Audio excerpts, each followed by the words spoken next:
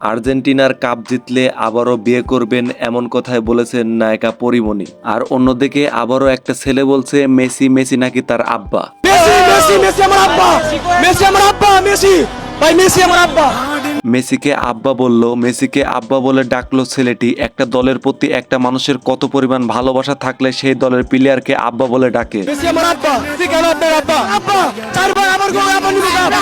এই বিষয়টি দেখার পর আপনার মনের মধ্যে কি মনে হচ্ছে? এই ছেলেটি বারবার মেসিকে আব্বা বলছে, এই বিষয়টি আপনার মনের মন্তব্য কমেন্ট করুন। আবার কাপ নিব ভাই, মেসি আমার আব্বা, মেসি আবার কাপ নিব ভাই, মেসি।